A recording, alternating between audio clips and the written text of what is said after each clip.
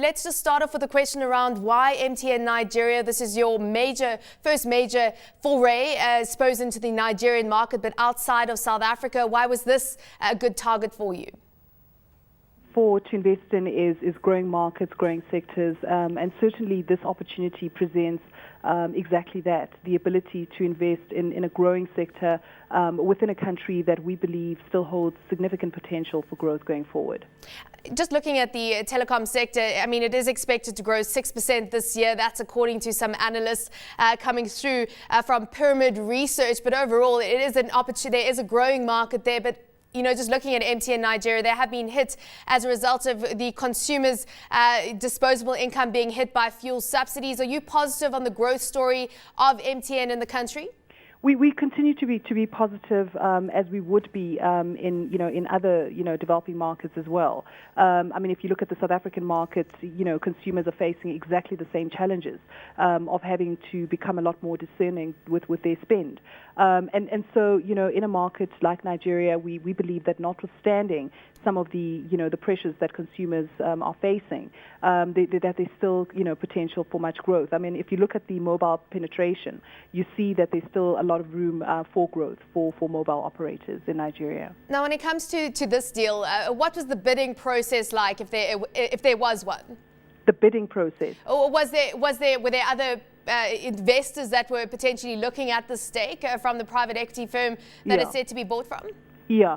I really wouldn't be able to comment on any other entities that were looking at acquiring this equity stake, but certainly I would expect that it was probably quite a competitive process, and so we put our best foot forward, and we were quite happy to have been able to conclude the transaction, and there are a number of risk factors that one has to take with any investment.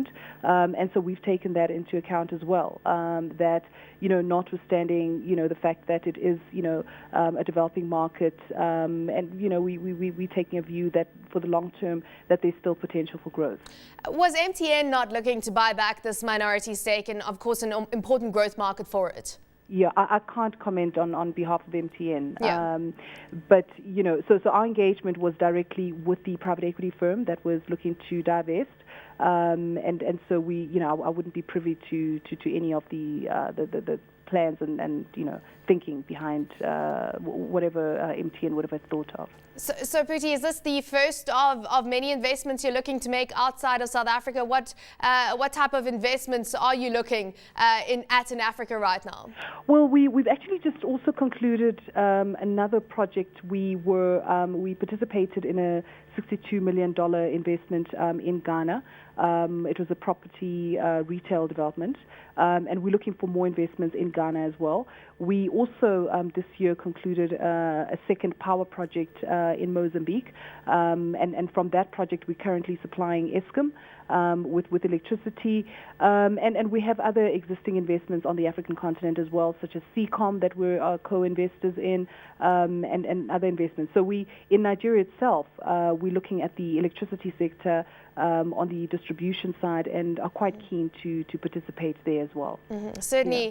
Certainly broadening the scope of the type of investments you have, Phuti. And then, of course, another issue, and I know you have commented on it already, and it has raised eyebrows that Cyril Ramaphosa is the chairman of MTN and, of course, started the Shanduka Group. Can you assure investors that all was above board when it comes to corporate governance issues?